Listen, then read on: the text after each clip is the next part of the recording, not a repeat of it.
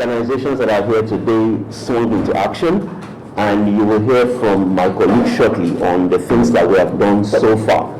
And the reason why we swung into action immediately is because, as far as we're concerned, suspending Twitter in Nigeria is not about Twitter. And I think we said this from the very beginning. It's about freedom of expression. And I know that there were people who said Twitter is not the only platform that you can use to express yourself in Nigeria, but it's the same thing. I can eat eba, I can eat, tuwo, I can eat afang. It is my choice to choose which meal I want. As government, you cannot put your hand in my pocket and say you must not eat eba because you are from the southwest. So we've made that, very clear. Between then and now, government has taken some actions because, unfortunately, at the time, judiciary was on strike, which, of course, many people go on strike in this country for many reasons. So we could not immediately go to a Nigerian court to file, an action. So we went to the ECOWAS court, and as you will hear from my colleague, there have been some actions taken by the ECOWAS court. Some of them you've, thankfully, as the media, you have reported. And then when courts resumed, we then went to Nigerian court. But apart from that, one of the first few things we did was to put out a statement as individuals and organizations to say that we will keep tweeting. And we did that because the Attorney General at the time, I was going to say, had verbal diarrhea, but I guess you probably don't want to report that as the media so that they do not, try to restrict your license. But I said that, and I'll say it again, because I think it was irresponsible of the top law officer in Nigeria to say that people will be arrested for using VPN, because there is no law that says that you'll be arrested. So we put out a statement to say we'll keep tweeting. In fact, I've tweeted more since June 4 than I tweeted before June 4, in my entire tweeting career, I guess. And the reason for that is because we decided to defy, this is a deliberate attempt to defy the orders of the government and to keep tweeting and to challenge government to say, if you really are not cowards, go ahead and arrest us if you want to, because we haven't done anything wrong according to Nigerian law, and we will continue to tweet. We will use this platform as a choice. So between then and now, a lot has happened, and today my colleague will present to you what we have done so far, and after that we'll speak a bit about the implications. And I know some of you have questions.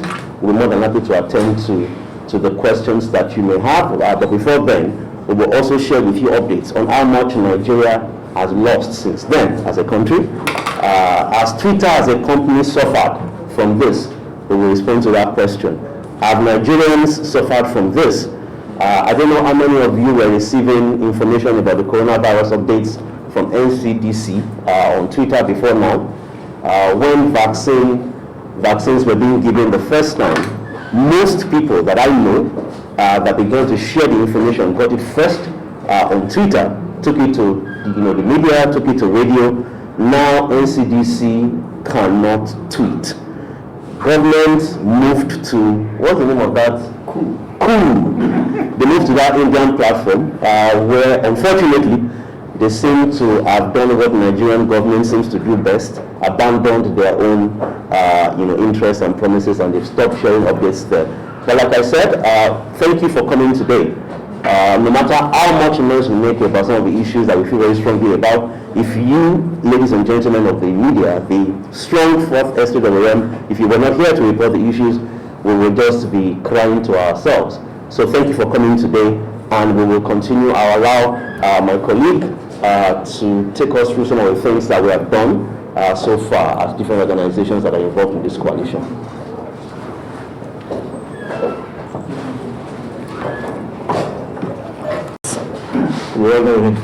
So he has said most of some of the things I want to say, and I know that some of us in the media we already also have some of these things in our archives. So that, as soon as the indefinite suspension of Twitter in Nigeria was announced, as the secretary of organizations like us, that's non-governmental organizations, the first step we took was to issue press statements condemning the action and explaining why it was wrong, and calling on the federal government to rescind the decision. If you go back to your archives, you saw all of that. And shortly afterward, the Socio-Economic Rights and Accountability Act project, that's SERA, one of the partners here, led 176 concerned Nigerians to file the first lawsuit at the ECOWAS Community Court of Justice against the government of President Muhammad Buhari over the unlawful suspension of Twitter in Nigeria, criminalization of Nigerians and other people using Twitter, and the escalating repression of human rights, particularly the right to freedom of expression and access to information and media freedom in the country. Like you told us, at that time, our Nigerian courts were on strike, and so the ECOWAS court provided an opportunity to go ahead. In addition, the Minister of Justice, Abubakar Malami, senior advocate of Nigeria for that matter, said they were going to prosecute Nigerians who used Twitter, who used the VPN to tweet. Very funny. Now, following the suit, the ECOWAS court on June 22, 2021, issued an order restraining Buhari's administration from prosecuting or harassing any Nigerian for using Twitter or any other social media platform in the light of the threat by the Minister of Justice and Attorney General of the Federation, Abubakar Malami, senior advocate of Nigeria, that anyone using Twitter, despite the suspension, will be prosecuted. This was soon followed by another suit, also at the ECOWAS court, by 5 non-governmental organizations, including Media Rights Agenda, Paradigm Initiative, Premium Times Center for Investigative Journalism, the International Press Center, and TAP Initiative for Citizens Development, as well as 4 journalists, against the federal government, asking it to declare the suspension of Twitter a violation of their human rights under international laws, and to order the government to immediately rescind the suspension order and compensate them for the violation of their rights. Still be speaking more on this. EIE, Paradigm Initiative, and MRA also issued public statements in direct response to the Minister of Justice, expressing our commitment and determination to continue using Twitter in the exercise of our fundamental right to freedom of expression. He also mentioned that we issued a statement in which we said we shall continue tweeting, and we have continued to tweet. We will also continue to tweet, excepting that a lot of people are cut off, because not everybody can use the VPN. And they have also tried their propaganda to discourage Nigerians using VPN. I heard the Minister of Justice, Minister of Information, saying that one's bank account details can be stolen from them. I don't do banking transactions using VPN. At the first hearing of our suits, as well as other suits filed by other individuals, the ECOWAS court renewed its earlier order prohibiting the federal government of Nigeria from arresting, prosecuting, or in any way harassing us or anyone else for using Twitter. Enough is enough. Nigeria also filed a 5 billion naira claim at the Federal High Court in Lagos against 4 mobile telecommunication operators in Nigeria over their blocking of access to Twitter in a class action on behalf of the company's subscriber, including PIN, MRA, as well as MRA. This action is founded on the belief that the telecommunication operators have no legal authority to block our access to Twitter. They are not acting under any law. They are not acting under any directive from the National Assembly. That's why we took them to court. MRA filed a separate suit against the National Broadcasting Commission, that's the NBC, challenging its power to license social media platform, following its announcement on all social media platforms operating or seeking to operate in Nigeria to register with the commission and obtain license. At that time, they said that all the social media, which they call OTT, over the top platforms, to register with them. This action is founded on the belief that the telecommunication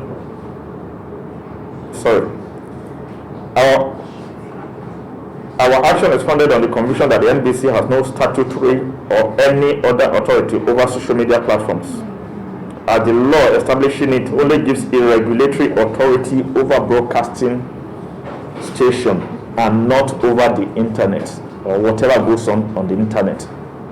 So at the end of the day, these people, they're trying to operate as if we're still in the military era. One person just sits down and then makes law by himself or by herself without recourse to the laws of the land. And before I hand over to my guy at the top, Mr. Benga or to Yemi, these are just a few of the actions that we have taken in defense of our rights to freedom of expression and access to information, as well as the right of all other Nigerians. Our actions today is in continuation of that defense, which we remain committed to, as we do not believe that the government has the power to take away our rights arbitrarily whenever it wants. Like we said earlier, that we shall keep tweeting, we will continue to keep tweeting, and whatever action we should take to ensure that they rescind that decision, we will continue to take it. Thank you, and God bless you. Was when Twitter became a bit more safe, then maybe they are some of the criminals themselves. Okay? And I think the third and very important point that we need to make is that right now, the people that they claim they are trying to get off Twitter, since Twitter has been suspended in Nigeria, have we seen a reduction in terrorist or illegal activities in Nigeria? We haven't seen that. Definitely not. We haven't seen that. They came up with name and SIM connection. They did that. They've been postponing the dates. So clearly they're making up things as they go. And now they are shutting down services, telecom services in different states. Yes. If what you claimed had worked, then why are you doing this or that? So I think it's important to lay this foundation as we go ahead to speak to some of the economic, some of the social, some of the fundamental issues that we've had since June 4. Well, technically June 5 when June 4 was when they announced. June 5 was when the suspension really technically took effect. So maybe beginning with Yemi, would like to get an update. What does this mean? What has happened so far? Assalamu alaikum, Executive Director of Enough is Enough Nigeria. I think two things primarily that I'd like to speak to is one, how government banning Twitter has in a sense done a disservice not only to itself but also Nigerians. NCDC was one government agency that made excellent use of Twitter. During the pandemic and post the lockdown, daily updates, weekly updates, DG Ikeazu really did a really good job in using the platform to not only educate Nigerians but also to engage, to respond to issues, to debunk fake news. And in shutting down Twitter, we shut down that channel of communication. And you can see the difference because post the Delta variant, Nigerians are not as engaged as they were with what is going on with COVID. They are not as the information is not readily at your fingertips. You can say there are other social media platforms, but it also speaks to the importance of Twitter and why, in a sense, it's not only, and I think I'm sure Benga has alluded to that, the same post that the president put on Twitter was also put on Facebook. So it's not the platform in itself, it's that there are fundamental issues with the structure of governance in Nigeria, that the people who make Twitter home, of all the social media platforms, I'm by far the most active on Twitter. Facebook doesn't really work well for me. I'm not particularly a visual, Instagram is tuned more to visual things, not particularly my style.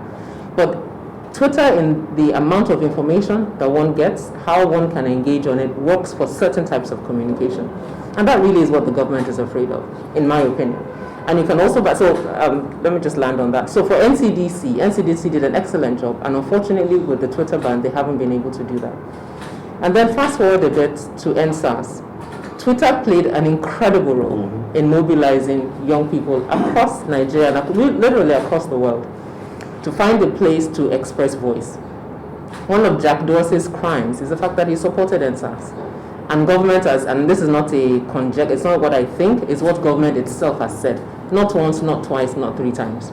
And so his crime in supporting young people to have voice and use their voice, his crime in advocating an additional channel of of raising money through Bitcoin are things that the federal government of Nigeria still holds against them, and that is in itself a problem.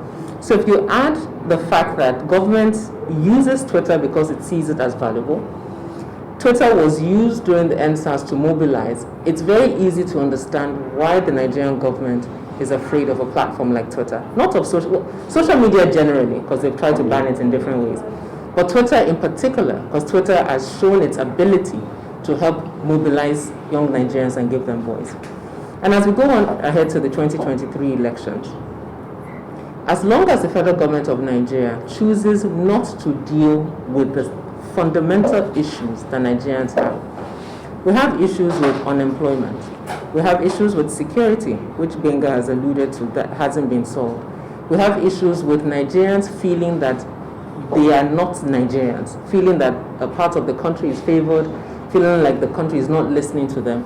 As long as those issues are not dealt with, the Nigerians feel that this is their country and they have a stake in it, then for as long as there's a place where Nigerians can exercise their voice, be it Twitter, radio, Facebook, Instagram, TV, wherever and anywhere, they will find a way to express themselves.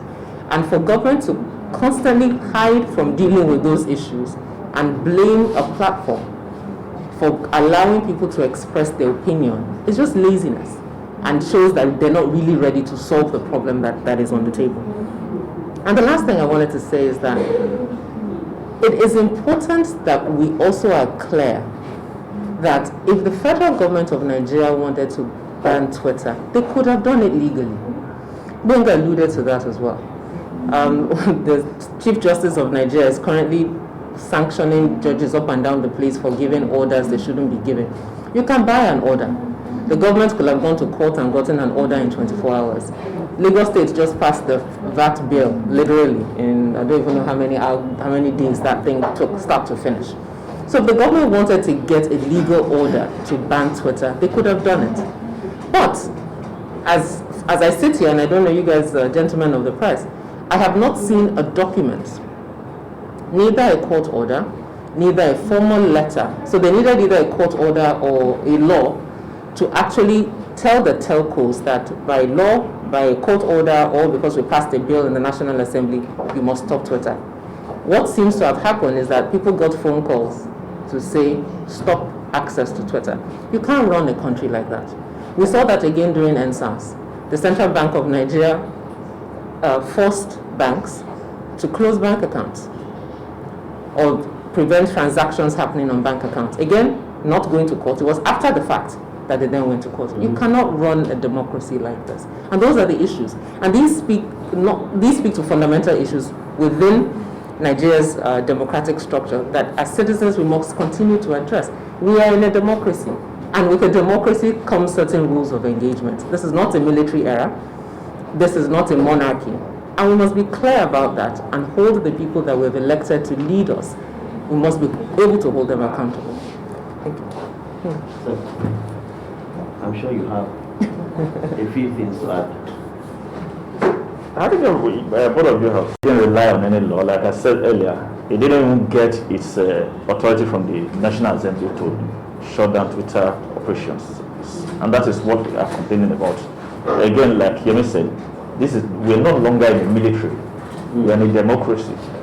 And so for a democracy, everything must go by the rule of law. You sit down in one place, the minister went on Twitter and just posted a statement, and then Twitter becomes banned. Who does that? We see what happened in the US. The then President Donald Trump's account was suspended both on Twitter and on Facebook, and nobody banned Twitter there. And a president posts something that goes against Twitter's community policy, and they delete it, and then it becomes a problem. No, sir. That's what we are. That's what we are crying against. It cannot happen. The rule of law must take its course. It should no longer act or traverse. It should no longer act like we are still in a democracy. We are no longer in a democracy. Military. We are no longer in the military. We are no longer in the military. The man. Okay, we should know that we are no longer in the military. President Buhari was a former military head of state, but that time has passed. Dictatorship has passed. We're now in a democracy where everything is done according to the rule of law. So whatever they need to do, even if they have to buy the law, whatever, they should abide by the rule of law. And we know that, okay, that is where they are going, or that they are going by the rules, and they will not have to challenge them. Thank you. Can I say something? Yes. You were speaking earlier about how the US has gone about it and banning. It's the same challenge we have with Boko Haram. Under former President Jonathan, he said clearly that there were members of Boko Haram in his administration. As far as I'm aware, again, gentlemen of the press might stand to correct me, there's no one that was prosecuted on that as being a member of Boko Haram. The same thing with non-profits. There has been, especially in recent times, non-profits are supporting terror. They're being used to launder money. You know who these organizations are. Why don't you just go after those specific organizations rather than painting all of us with a brush? Again, social media. People are using that to destabilize the country. There have been several cases. PIN and EIE took an aide of the president, Loretta Onoche. We have a court case against her because the very way the government uses the Cybercrime Act to go after people who say negative things about the government and cyberbullying, I guess is it. We actually took her to court on those same parameters, on that same act. That if you want to use that act to harass Nigerians, that act can also be used against your actions. The case is still in court. So you can easily pick out those who are doing things and make examples of them that you are violating the law, rather than, as Mr. Adewale said, shut down the whole platform because a few people are doing. And let's also be clear. Are there people on Twitter and social media platforms doing bad things? Most definitely. Are there criminals in Nigeria? Most definitely. So it's not to say that there aren't bad things happening, but you can isolate the bad people and charge them to court as the rule of law allows, without having to take a whole platform down that then disturbs the livelihood of Nigerians. Speaking of livelihoods, it's about two men. I think the Twitter ban is about two men. It's about Muhammadu Buhari and Lai Mohammed. It is about the ego of Muhammadu Buhari and the lies of Lai Mohammed. And I'll explain. And if I commit a crime, they can sue me for it. Number one, it's about the ego of Muhammadu Buhari, because if indeed he did his job, then people who commit crime on social media would not even be able to have access to social media. They'll be in jail. But Mr. Buhari has failed in doing his job. So now he's punishing those of us who are innocent, not giving us access. And it's about the lies of Lai Mohammed. Because the only place where Mr. Mohammed's propaganda has been marked fact for lie is on social media. Don't forget, in 2014, who was the chief propaganda officer for the APC? Which political party knows the power of social media and what it can do in removing a government from office? It is the APC. This is what this Twitter ban is about. And it did not start with this government. And let's be very clear. Trying to calm down on social media or on the civic space did not start with this government. As far back as 2013, Parliament initiated going to court to sue the government of Goodluck Jonathan because they bought surveillance equipment from Israel, from Orbit Systems in Israel. So we've been here because we have a military dictatorship past and things like that. But the reality is that all of these actions, this Twitter ban, the clampdown on the media, the clampdown on NGOs, they are all attempts to close the civic space so that the things they do not want to hear, that they have not worked hard on certain areas, those things they want to keep out of public view. What is the economic loss?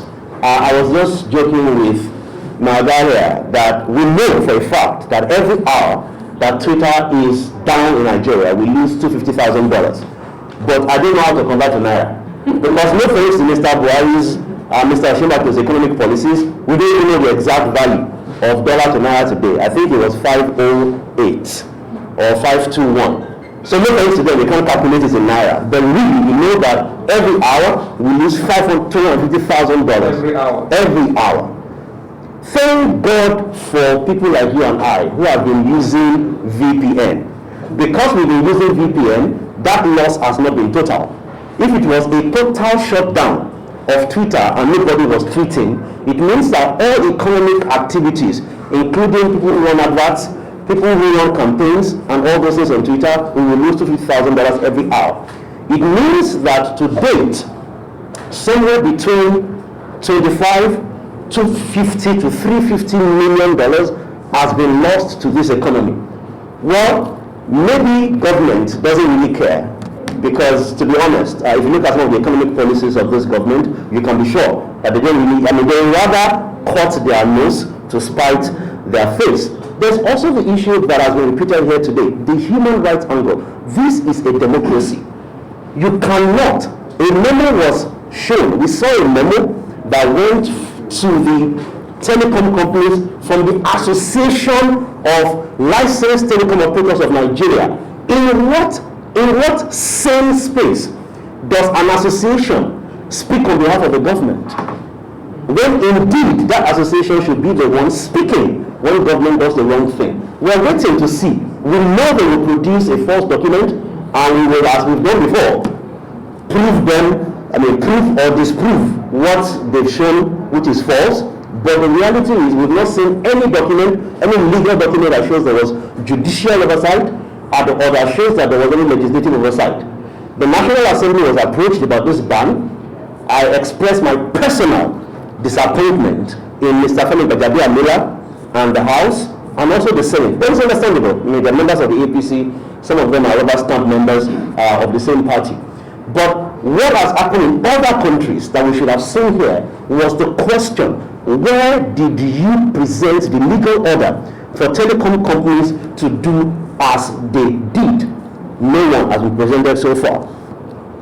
Nigeria said, the government of Nigeria said, let's go to KU, the Indian app. And then KU said they will come and register in Nigeria. I thought you meant a military coup also here. No, KOO. You know, the irony in Nigerian government banning Twitter and saying that it wants to promote economic opportunities in Nigeria is that what you're doing is you're choosing between two things.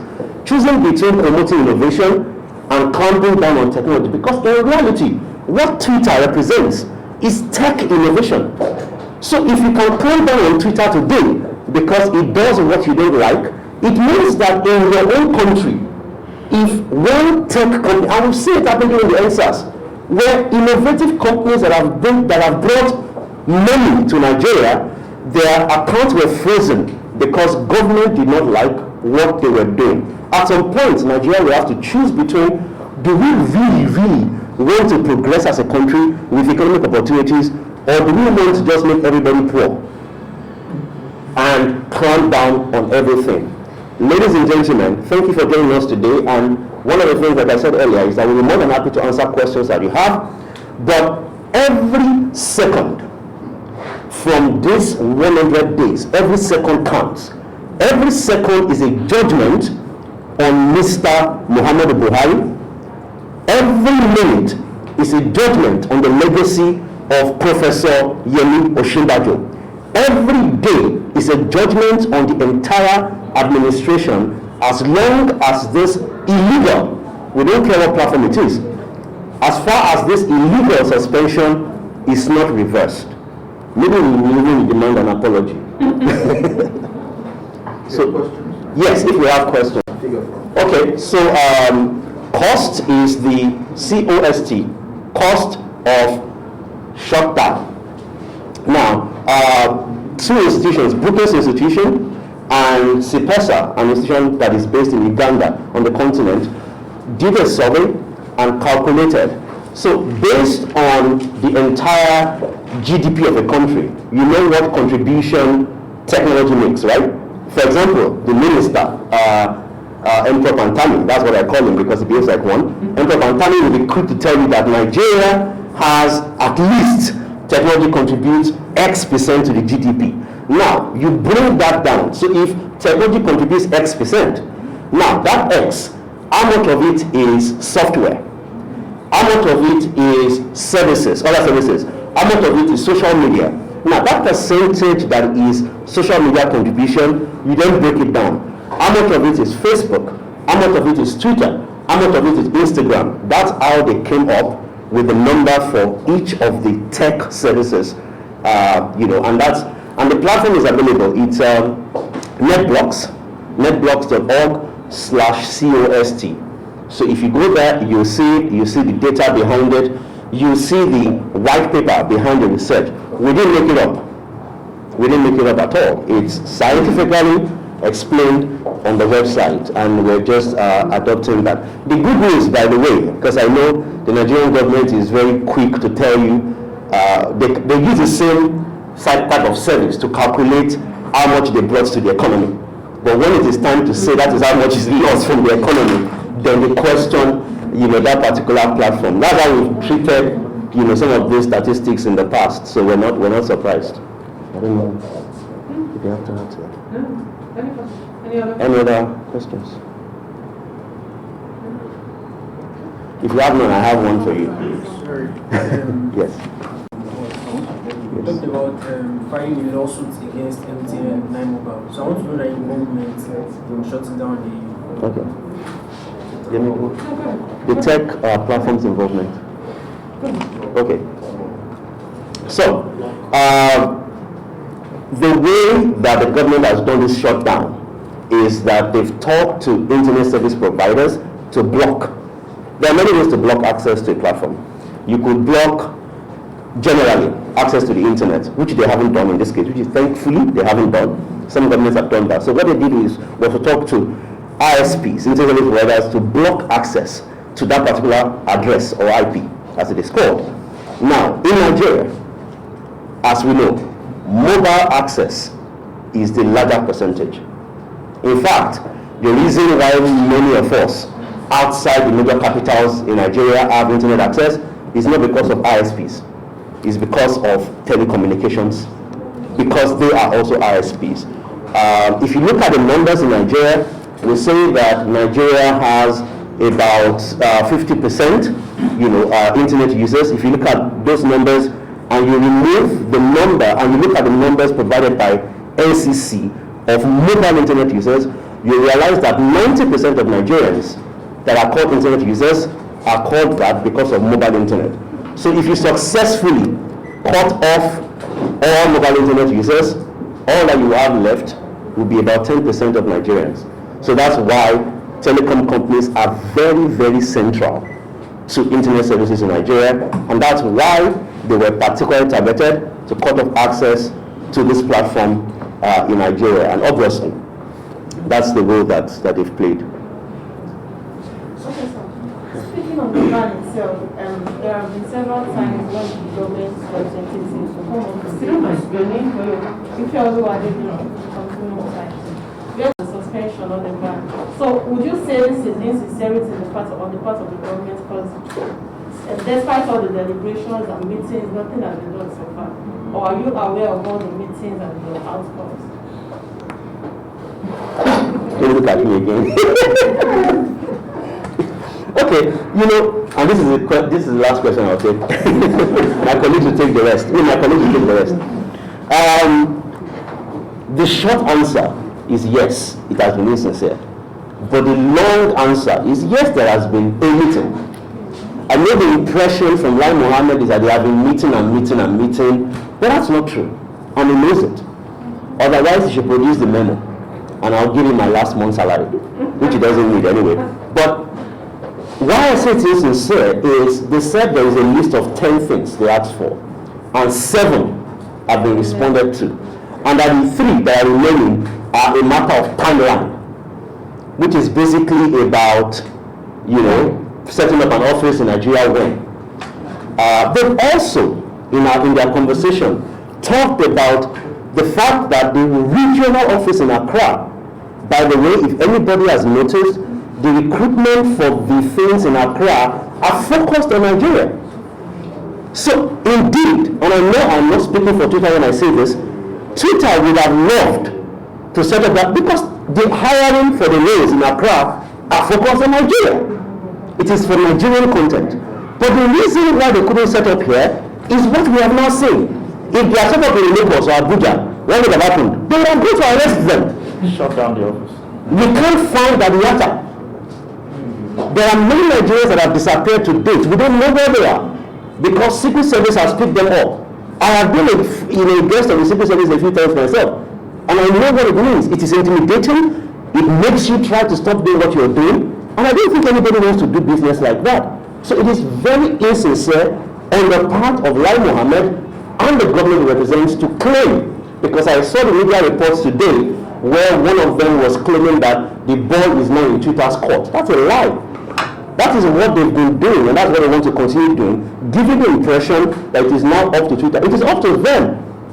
If indeed Twitter said 70% we agree, and according to their own words, no, according to Lai Mohammed's own words, if all that is left is about 10 lines, and they did make a promise that very soon this will be over. Well, maybe soon to them is 2023 February when they are kicked out of government, hopefully. But what we have seen so far is a lot of insincerity and trying to dig themselves out of the hole, because nobody begged them to put themselves in this hole in the first place.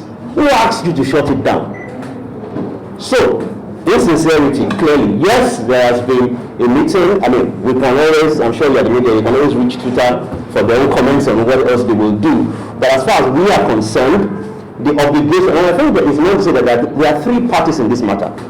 There is Twitter, there is Nigeria, and there are the citizens. And I think it's important. Between Twitter and Nigeria, they have had their meetings, and God help them as a result. But between Nigeria and citizens, we have an issue. Nigeria owes us a democratic implementation of every policy statement they make and their actions. And we have challenged them to say that what you have done with this Twitter ban, it could have been a coup ban. If they don't coup Nigeria, by the way, we will also speak up. So just say they know, that they don't have permanent friends. They can ban coup tomorrow. In fact, they can ban, if Mr. Buhari create a platform, the government can ban that platform tomorrow. And we will speak, on behalf of citizens who want to use that platform. So between government and citizens, they have not carried out their duty, which is to not muzzle the opinion or the rights of citizens to express themselves. So short answer, no, they are being insincere, completely insincere, but the long answer is what I hope I have provided.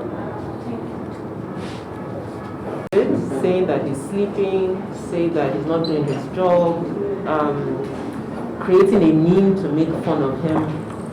If that's what they're considering harassment, then they don't fully understand what it means to be in a democracy. I think one of the things, and I'll take us back on a little journey, what I said 11 years ago, leading up to the 2011 elections. After the 2011 elections, a lot of government officials came on social media because they were excited, as Benga alluded to. They had seen the role social media played in their coming to power, and people were excited about it. But they all came to social media and quickly retreated because they were not used to being challenged. Benga made the point that for Mr. Mohammed, that social media is able to correct him point per point in real time. And that's the advantage that social media has over radio, TV, or newspaper. If I read an article on Premium Times, until I write a letter to the editor or fill in their contact us section to counter that article, but it's between myself and Premium Times. If Premium Times chooses not to edit, chooses not to acknowledge, there's nothing I can do. And the same for Premium Times, Punch, This Day, any of the newspapers. If I take TV, for example, you are Rave TV. If you are doing your program and I don't agree with you, I'm shouting in my living room. You can't hear me. Radio, unless it's a live calling program where I have the opportunity to call and my call is picked up, do I have the opportunity to express myself? But social media provides an opportunity to speak in real time. You talk, I talk right back at you. And so in 2011, it was a huge shock to politicians because they would say something, and Twitter again, 100 and whatever characters it was at that time. Unfortunately, we also don't have the privilege of, excuse me, sir, Your Excellency, Your Honorable. Too many characters, too many characters are going. So you go straight to the point. So it comes across as rude. It comes across as what did they call us? Children of anger.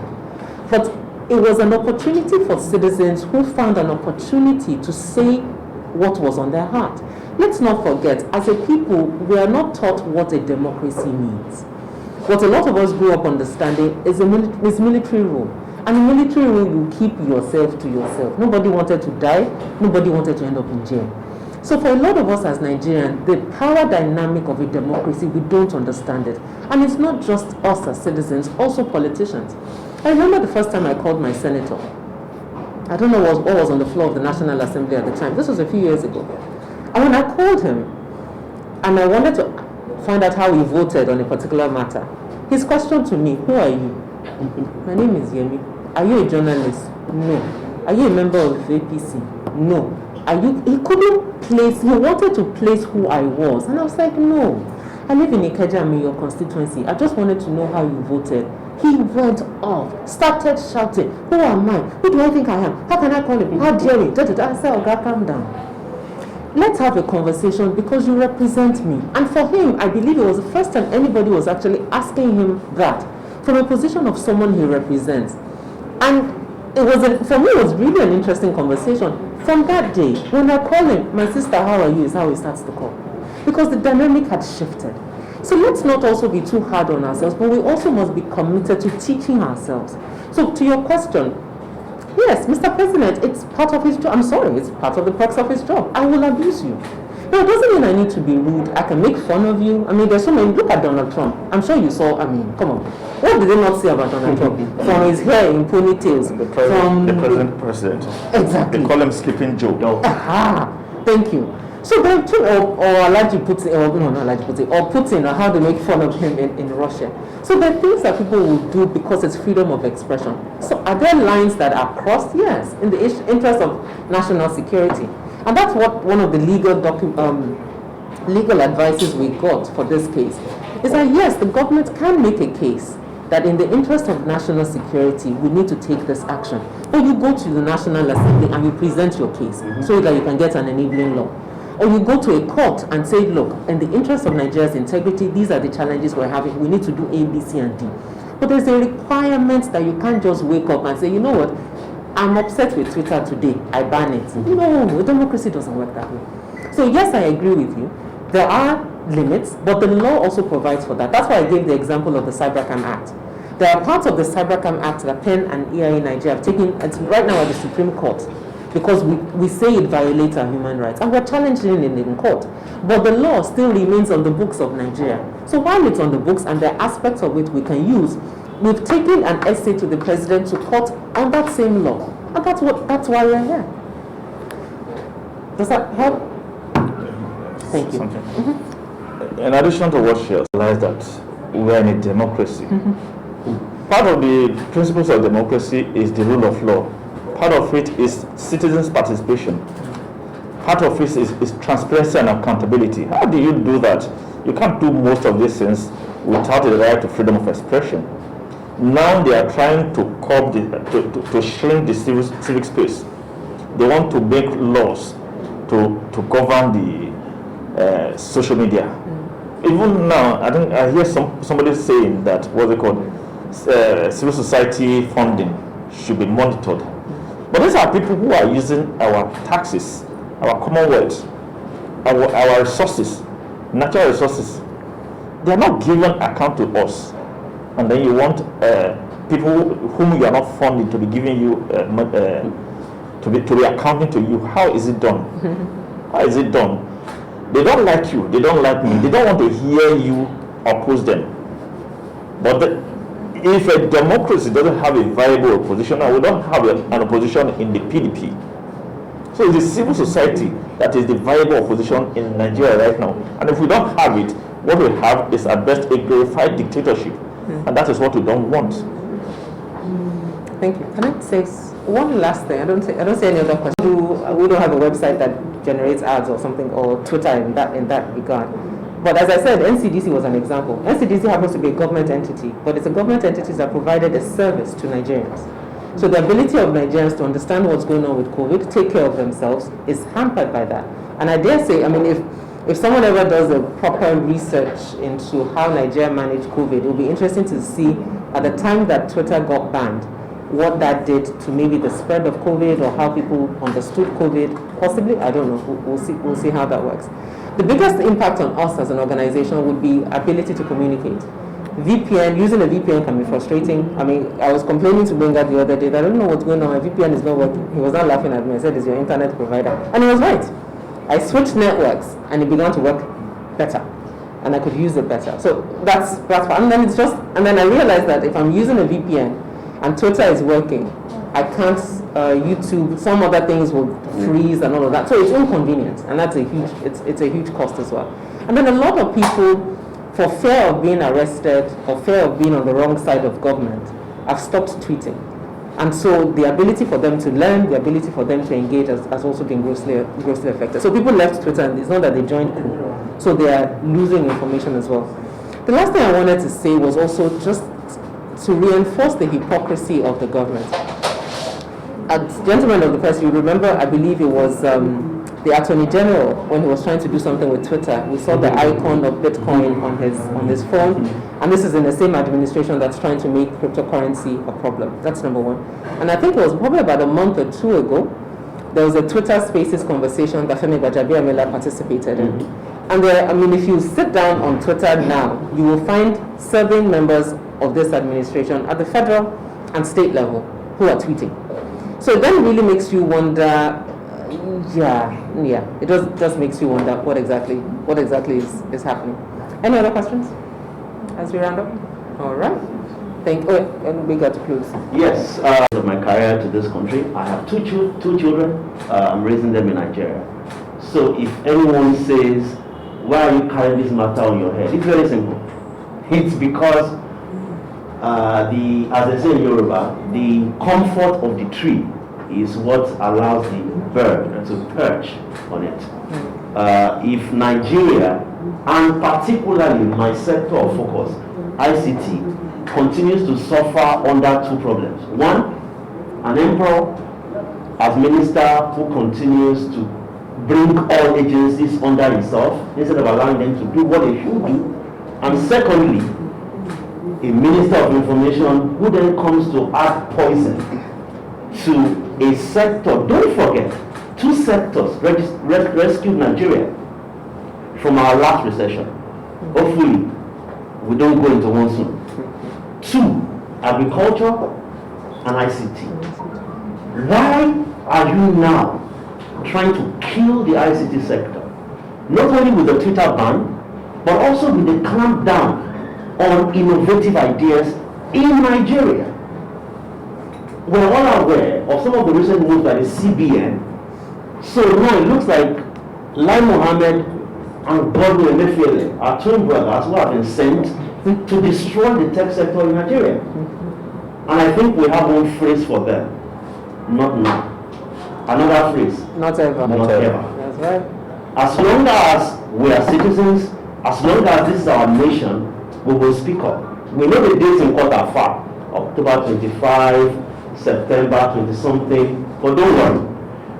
We are the same nation that endured dictators.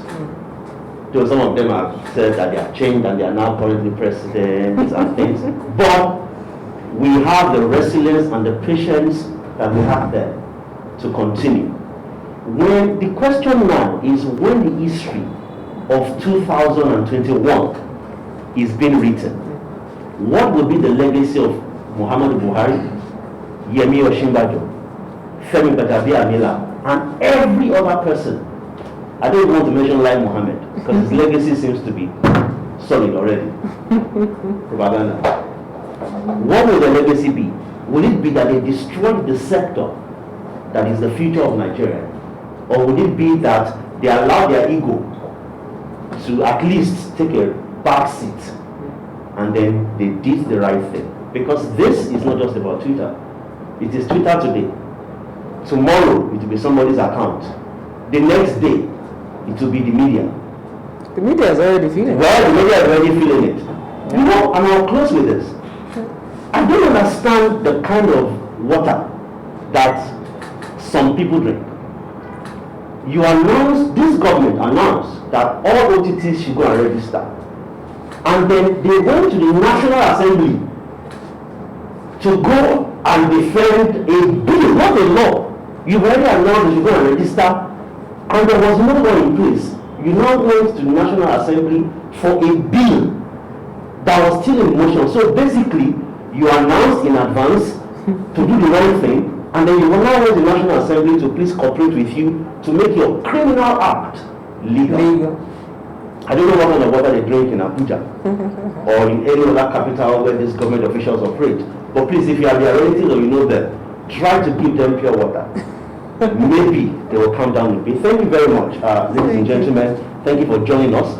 And like, you know, we've all, as you can tell, including even Sarah that is not unfortunately represented here, we will continue not just to tweet, but on behalf of Nigerians and those who are interested in the freedom of expression, we will continue to express ourselves and demand what is right. Forgive me, but I went to a school where almost everything we did ended with a luta continua.